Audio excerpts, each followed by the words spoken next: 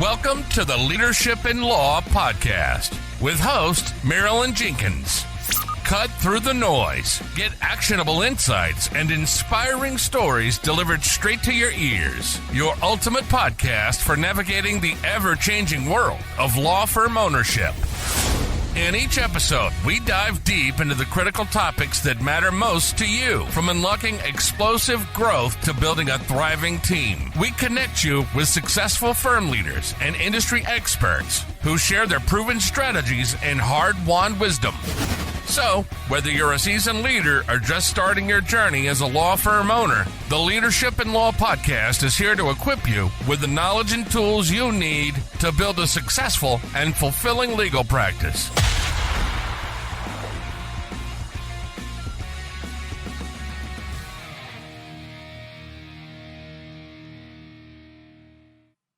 Welcome to another episode of the Leadership in Law podcast. I'm your host, Marilyn Jenkins. Please join me in welcoming my guest, Scott Beebe, to the show today.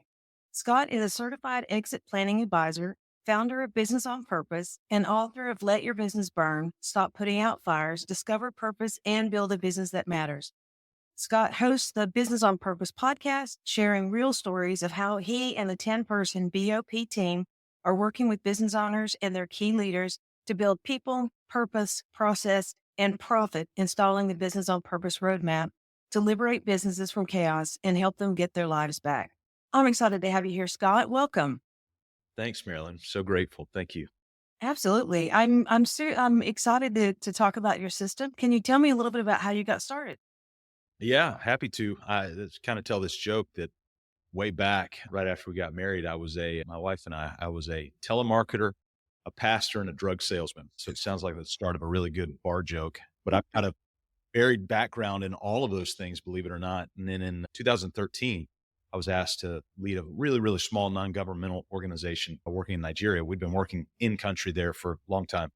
And I was asked to lead that little NGO. And so led it a couple of years, and it kind of had a board meltdown, and I wasn't a member of the board. I was just, obviously had to give response to them, but ended up that job just dissolved. It went away. And so started in this 2015, we started Business on Purpose, and started with really two clients, both contractors, and just started to help them build out their vision, their mission and values, which seems like surface level stuff, but we had a really integrative part that we had started to build in that. And then that expanded into the systems and the processes, and now what we call 4 pain points that every business owner deals with. And that's the purpose pain point, the profit pain point, the process pain point, and the people pain point. It doesn't matter who we talk to. It seems like every single person who owns a business, and especially law firm owners, deal with those 4 pain points all the time. I can absolutely imagine that. Absolutely. It makes a lot of sense. Processes, we obviously do a lot with SOPs and that sort of thing. So, it's all the processes are down, but yeah, the people is another issue. And one of the things that you had mentioned is how to attract people like a Division I college football powerhouse. I'm intrigued. How do we attract the right people and A players?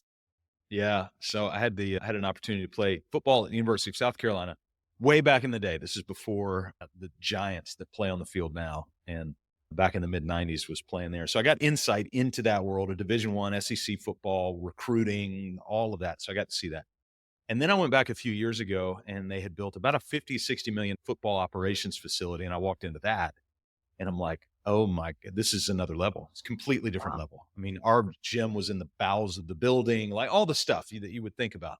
You walk in now, and it is Taj Mahal for what these guys get to go be a part of. Now they got to pay for it with pressure that we didn't have at that stage.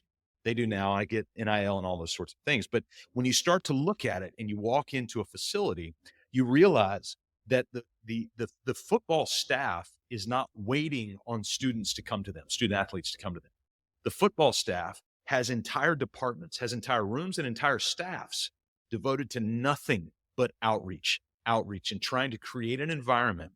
And we call it culture. See, we ripped off the term culture. We think culture is a business term. It's not. It's a science term. So business stole culture from science. And so we call things culture. And really what we mean when we say we want to have a great culture is we want to have a culture that attracts great people. That's really what we mean. The problem is is when we don't intentionalize our culture, then we just attract random people. And so building a recruiting program like a college football program, they've got a room devoted to it. They've got curriculum devoted to it. They've got messaging, time, schedule. All of these things are devoted to outreach and recruiting and finding the next people, rather than small firms just sit back and going, I guess we just need to put out another Indeed and see how it Yeah. goes. No. Preempt that. Start proactively going after that. We just hired 2 coaches in the last 2 weeks Okay. in our business. We're not a team of 12, by the way. I heard you say that 10. It's like, man, we need to update that. We're a team of 12 now. And we hired these 2 coaches. And I'm really happy to say, I'm not saying that we won't ever do this, go out to search firms or Indeed or things like that. But so far, with our full team of full-time W-2 coaches, these are not 1099s, these are full-time professional coaches, we have not put an ad out yet. Because Oh, what wow. we've done is we try to create a culture that messages what we do. And at the moment we're ready to bring somebody in, we start tapping that network to go find it. And then when those people show up, we've got something to show them, that it's not just oh yeah, we got a job role I got off the internet and I hope you like the people here. No. Yeah. It's much more proactive. Plus, they already know about you because you have been putting it out to your network. That's So right. they're, That's they're right. in, And that's they what know those your people should those should be your biggest salespeople to your culture, your team, and the people who are your clients. Your clients should be an amazing network for you. But usually we just bypass them. We go straight to Indeed. And then we wonder why the candidates that don't come in, we don't really like them, you know? Yeah. Yeah. That makes a lot of sense. I like the idea of the going out to your network and making sure your network knows your culture. And Yes. that definitely makes a lot of sense. And clients as well. I mean, I think people get uncomfortable asking clients for referrals, much less maybe a referral to a new employee. Yeah. But it does Yeah. make sense. They know the inner workings of what you're doing and how you do business. And Marilyn, we need to start tapping in on kind of human nature and humans' natural desire to want to help. If somebody calls me and goes, "Hey, we're looking for a role. You know anybody?" I may not know anybody, but I'm really glad you asked. Like, thank you for trusting me to be in a position where I can be a helper. We all naturally want to be helpers to some extent, but we don't give each other the opportunity to do it. And so we need to start there with our internal network. Yeah, I agree. Because I think, you know, it's even part of the law of reciprocity. You're doing a good job for them or you're helping them in some aspect. They're going to want to help you. And like you Yeah. said, human nature. Absolutely. So College thinking football about, coaches are really tight with high school football coaches. They're not tight oh yeah, with Indeed.com or putting out services or whatever. They're tight with high school football coaches. That's who they know. And so that's the network they work. And they reach out mhm. to those networks to get those people. And the coaches will, yeah, then they know what kind of program that they're referring the kids into. That's right. That's right. Yeah, I had some experience with that in basketball. And yes, it's very tight network, and everybody knows everybody. So it's, Yeah. it is a really good, interesting process. And thinking about people now. So we've talked about processes and getting people into the position. When we're looking at it, one of the struggles that I know that a lot of businesses have is Gen Z. And how do you navigate using, getting Gen Z into a company that helps to, excite them with, we're not talking quiet quitting, they're engaged and they're helping to build and want to become a leader of the business. Yeah. So I could go on for hours about this topic. You even brought up the term quiet quitting. I remember that. I remember all the sort of the pandemic era terms as it relates to employment. And here's what we started to realize is when we started to go back with all the clients that we work with and find out who were the people that were leaving during that time. And we couldn't make heads or tails of it. Why were you leaving? Like, you needed a paycheck. Why? I don't understand why you were Yeah. leaving. Anybody that left an environment that was chaotic. Everybody else who stayed in an environment that was clear. And so if you put this sort of clear or clarity and chaos continuum together, you'll realize that it wasn't that people were just randomly walking away from their jobs. That's usually what we get from sort of the news is that, oh Right. my gosh, it's randomly happening. No. It's not randomly happening. Well, it's a broad brushstroke is what they want to paint Yes. for us instead of giving us the data. Yeah. And so here's the data. We looked back because we kept hearing this phrase.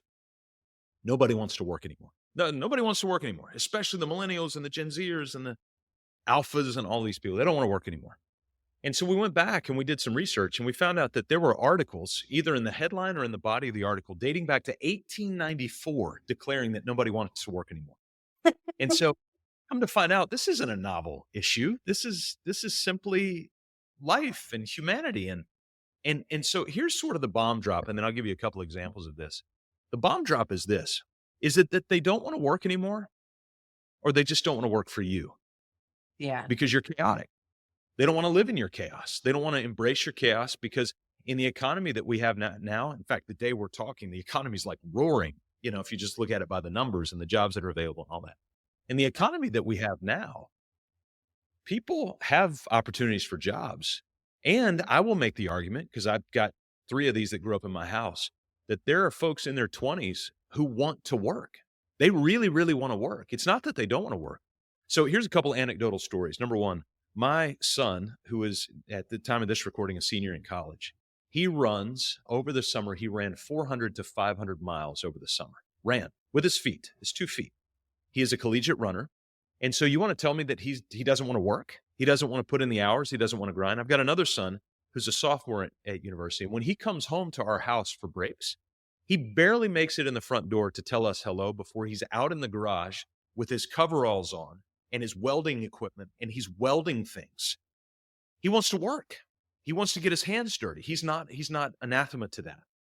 And then just this last week, we had dinner with a young couple that had just moved to our town, and they brought a friend.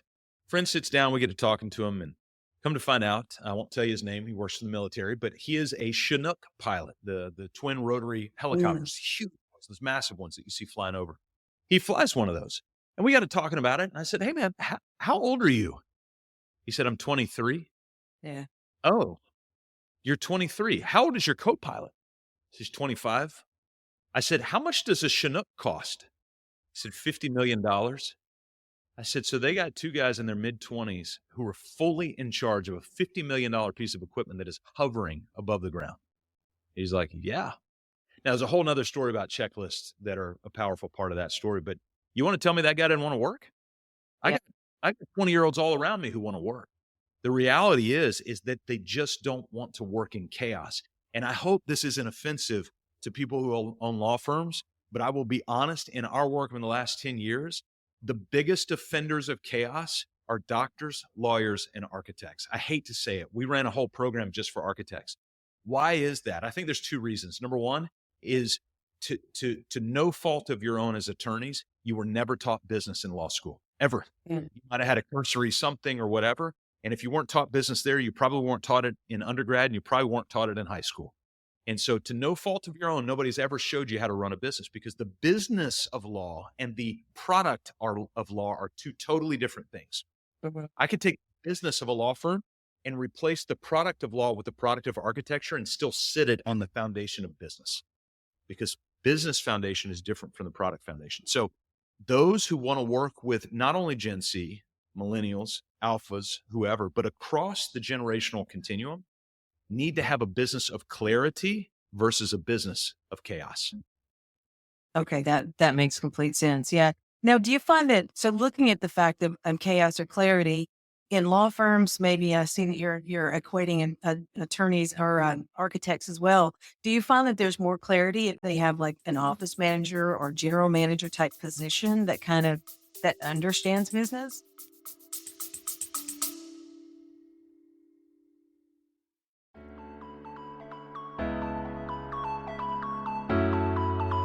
What's your plan to grow your law firm sales and profits in 2025? My name is Marilyn Jenkins, and I want to take a quick moment to share something I'm so excited about. It's called the Law Firm Growth Guild, the premier law firm marketing community. If you're a lawyer or law firm owner who's been feeling overwhelmed, juggling clients, leading your team, and trying to scale without losing your sanity, I get it. It's a lot. That's exactly why I created this online membership community. I've been working with law firms since 2018, and I've worked with and helped hundreds of firms across the U.S. and Canada to grow and scale their firms beyond where they had ever been before. The Law Firm Growth Guild is designed to help you understand marketing strategies and grow your firm smarter and to scale your firm predictably. And here's the best part. It's a fraction of the price of a cup of coffee per day. For the month of January, you can lock in our price of $47 a month for the life of your membership. On February 1, the price increases, so you want to lock in that discount for life now. Our team and I will be adding new content weekly, and you can be intentional about your growth and development each week. Our first workshop is all about setting your vision and your strategy for 2025, getting crystal clear on where you're going and how you get there. Imagine walking into the new year with confidence, with a plan, with the tools to make 2025 into your best year yet. Don't get left behind. Join the community now as a founding member and jumpstart your growth for 2025 and beyond. You can click the link in the show notes, or you can visit checkout.lawmarketingzone.com to find out more and to join the community. Let's grow your firm together. I can't wait to see you on the inside.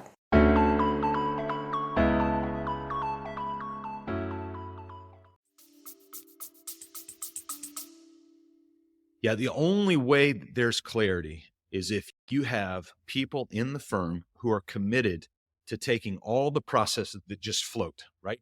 We just got done working. We're actually bringing on an outsourced paid ad marketing manager for our business. We've never had one. We tried, but we get rid of them very, very quickly because we realize that they just live in chaos. They're just throwing money up on, Facebook or YouTube or whatever. And so this person we just brought in, he has a process and we have a process. And so this morning, we literally just overlap those processes so that we have a weekly meeting. We have a weekly agenda. We have metrics that we're going to be tracking every week. We have campaign initiatives. We have the dates for those campaigns, all that stuff. And it's not just in my head. It's not in his head. It's documented. Michael Gerber said this: if it's not written down, you don't own it. We say it a little bit more harsh. If it's not written down, it doesn't exist. If it's not written down, it doesn't exist. And so the clarity comes when things are written down, whether you've got an office manager or not, whether you have the right personality or not. Process is no beloved to one particular personality. Process needs all the personalities to be able to function at a high level. Right. And you're talking SOPs is what I would, in my business, I call it. Yeah. Is So that? there's a variety of vernaculars, but yes, to what you're talking about, SOPs, it's that the things are documented. Are they cataloged and are they proactively trained? There's a lot of people that we find that actually have documented process somewhere, but it's never used. It just sits there. And so what we've got to do is we've got to take that and actually mobilize it. We do that through the weekly team meeting, by the way. So we've got a place for that process to exist. And then we have what was called the implementation roadmap. That's where we take all those processes and make sure every single week that they're trained.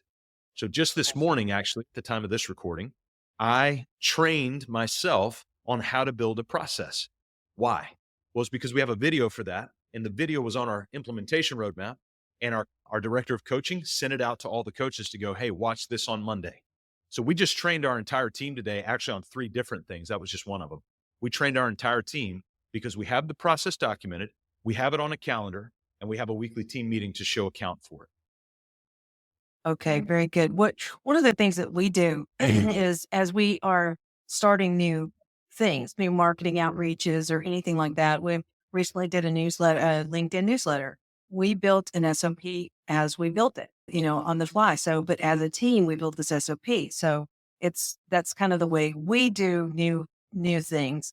But yes, again, talking about SOPs that aren't used, we have some that are outdated because maybe that particular outreach or whatever thing we don't do or have no need for anymore. But, it's still a folder on Google Drive. Is it necessary?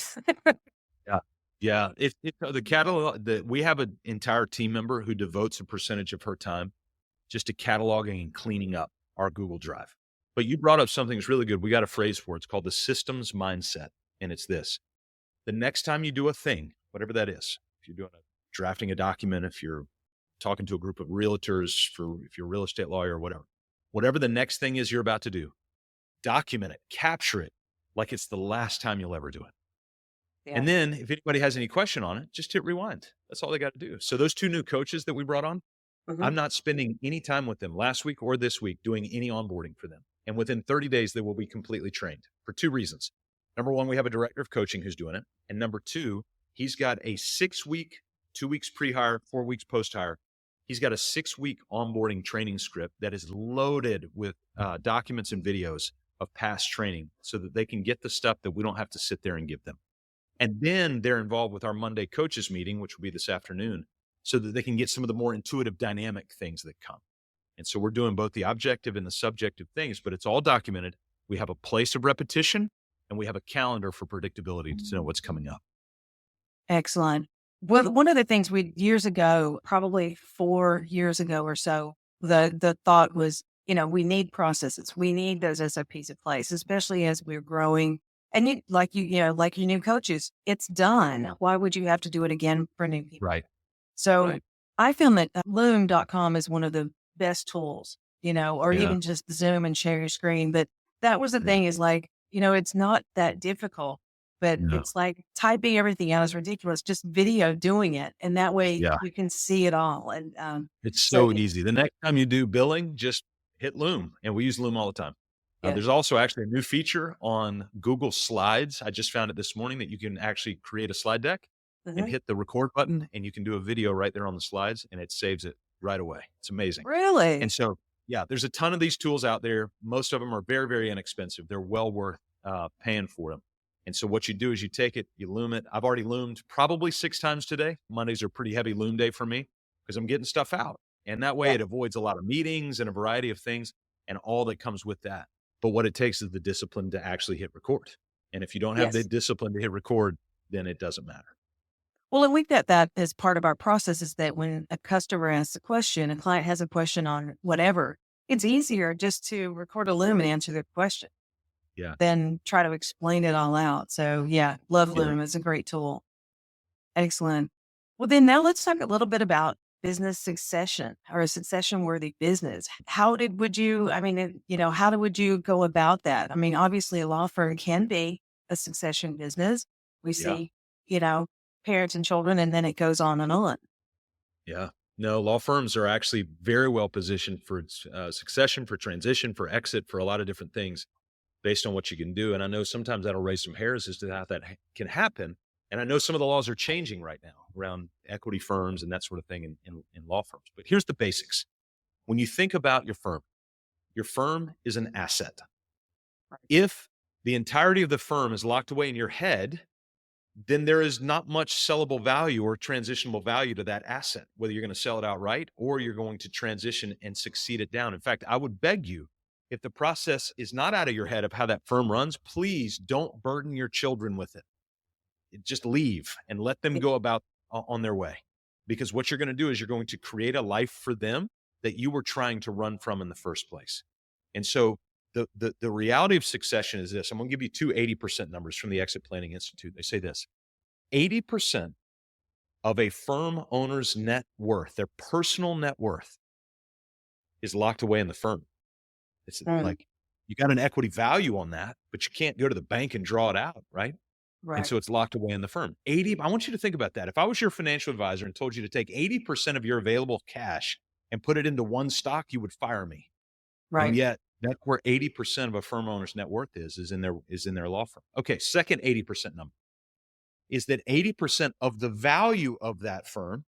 So if this iPhone represents a firm, 80% of the value of this phone is in the documented processes. Why? Is because if I buy your firm, I don't want to buy you. I don't want you here. I like you, but I don't want to buy you. I don't want you here. I want you gone. Right. Because this firm needs to be able to run without you and without me. Right. So the team that's here needs to be able to run that firm. And so here's what we do to build value in a firm. Because ultimately, if 80% of your net worth's in the firm, then we want to see the firm increase in value. And if you want to be able to transition that without burden and actually deliver that value downstream and continue to get paid, then we've got to build the value of that firm. So the first thing we do is we identify what the value is. And so you do a simple valuation or something. We always do EBITDA income valuations, but if you want a full scale asset, the whole thing, then you got to go to a valuation specialist. The second thing we do is we actually, and lawyers will appreciate this, we protect the value that's already there. There are some things with copyright and patents and insurance and a variety of different scope of things that we can put in place to actually protect value, to mitigate, errors and omissions insurance for a law firm. Like that's protecting the value of the firm to be able to do that. So you don't lose your shirt. Then what we do is we start to grow the value. We grow the value. How do we do that? It's by taking and looking at every nook and cranny across the 4 systems of every business: law firms, architecture firms, ice cream shops, business coaching firms, hotels. It doesn't matter. You have 4 systems in this order. Number 1 is marketing. That's your first system. That tells the world that we're here. Second is the sales system.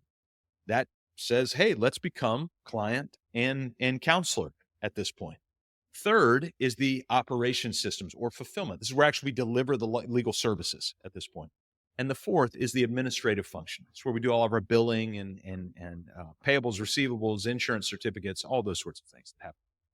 And so those four systems allow us to create predictability. And we call them the RPMs of great leadership: repetition, predictability, and meaning. Repetition, predictability, and meaning. And so if we have those four systems, marketing, and here's how you do marketing here. Sales, here's how you do sales here.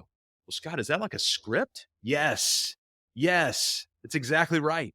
We want every attorney, we want every paralegal saying the same thing. Now, it's going to be nuanced to who they are. We're not creating robots here. So settle down. Okay. What we're creating is repetition, predictability, and meaning. So that when a client comes in, it's one of the most client-facing things that we can do is giving them the same attention that we gave the last person and that we will give the next person because of that repetition, predictability, and meaning. So marketing, sales, legal services, we draft this way every time. We run the file through this way every single time. We use Qualia this way every single time, right? And then the administrative function. This is how we bill. These are our terms. This is the repetition. We do billing on Thursdays. We do payroll every other Tuesday. Here's how you do it. Just Loom video of how you do it, just like you said earlier. And so now you've got all that. So now look, once we've got all this out, we call it a master process roadmap. It's actually just on a spreadsheet. It's linked to all of these processes. Now, guess what? That's what you're selling. That's what you're successioning downstream is this asset that is now out of your head and it's on a sheet of paper in digital documented form so other people can have access to it. Because you got to ask the question, what happens to your firm if something happens to you? Right. For most firm owners, the answer is it dies.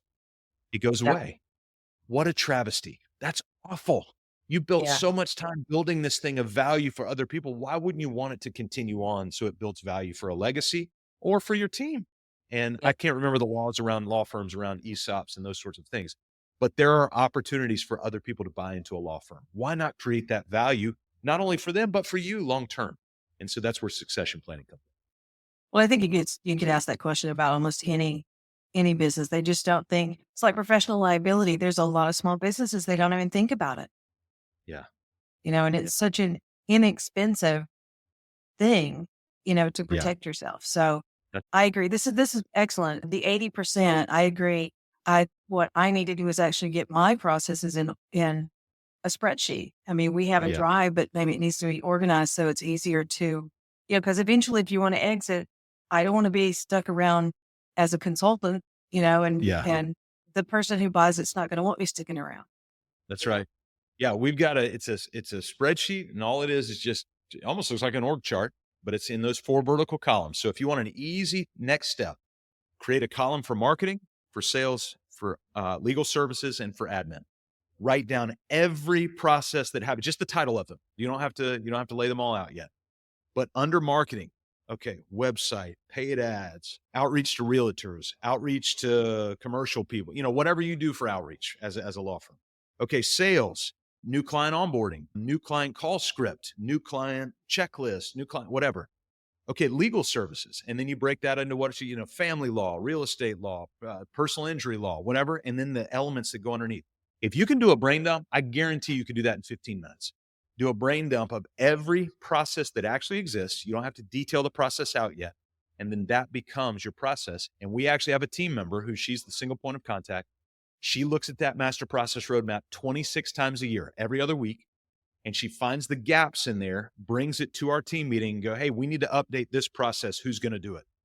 And then one of us takes it, we go do it, we update it, we retrain on it, and we move.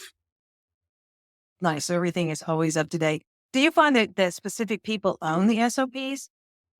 Like if one's done, that person is required to make sure it's up to date in 90 days or always up to date? I mean, do you have a this is where our training comes back in. So we have one single point of a contact who reviews the process roadmap, but she doesn't know what every step's supposed to be because she's not in every step. So what she looks at is she'll bring it up and go, hey, gang, this week, let's talk about the new client onboarding process. So we'll pull it up in our coaches meeting on a Monday afternoon, take a look at it. All the coaches will be like, no, that's still what we do. Okay, great. Put it back on there and it's done. And then we can move on to the next thing. Okay. Excellent. Okay. That sounds great. This has been fantastic. If anyone listening, what would be the one takeaway you would hope that people would get from this episode? I'll go back to Gerber, what he said. If it's not written down, it doesn't exist, or you don't own it, but translate it. If it's not written down, it doesn't exist. So as you go, you don't have to take a week off and go do all this in some hermit cabin in the mountains, right? That sounds delightful, by the way, for me. I'm an introvert. I would love that, but you don't have to do that. All you have to do is the next thing, literally, once you stop listening to this podcast, the next thing you're about to do, what is it? Are you going to draft? Are you going to make a phone call? What is it? Capture what you did like it's the last time you'll ever do it and get it up onto a little dashboard, spreadsheet. That's all you got to do. Get it up onto the spreadsheet. So that would be my parting thing, is if it's not written down, it doesn't exist. And if it is written down, organize it so people can find what they're looking for. Organize it around those RPMs, repetition, predictability, and meaning. Excellent. Well, I've got a job to do. I got to organize mine. Yeah. Scott, this has been enlightening. I thank you so much for being here. I'm sure my listeners are going to want to connect with you. Where would be the best place for them to connect with you and obviously to talk to you about your business and listen to your podcast? Yeah. Well, thank you. We'd be delighted. So easiest thing to do is actually just go take some action. We've got an assessment that we built, and it's free. And so all you have to do is go to mybusinessonpurpose.com/roadmap, mybusinessonpurpose.com/roadmap. And it'll take about 5 minutes. And what it'll do is it'll actually give you, answer the questions honestly, by the way, and it'll give you a metric evaluation of the systems health of your business. So all those processes, it'll tell you how good you're doing if you'll answer it correctly. And so, that'd be the easiest way, mybusinessonpurpose.com/roadmap. Fantastic. We'll make sure that's in the show notes for everybody. Scott, thank you so much. Again, this has been really interesting. And now I know a few things I need to get done on mine, but it's great information. Thank you so much for being here. Well, hopefully that'll help you get going. Marilyn, hey, this is a lot of work to put these podcasts on. So thank you for allowing me to be a part of this and for doing the hard work to help your listeners be able to get some new content.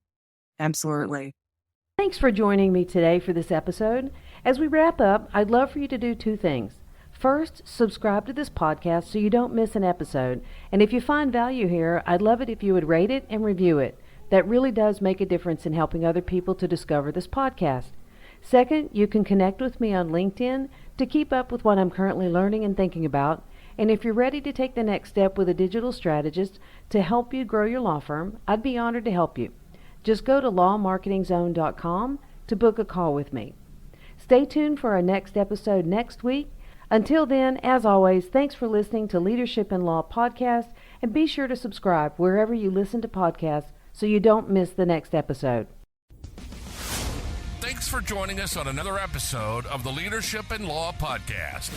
Remember, you're not alone on this journey. There's a whole community of law firm owners out there facing similar challenges and striving for the same success.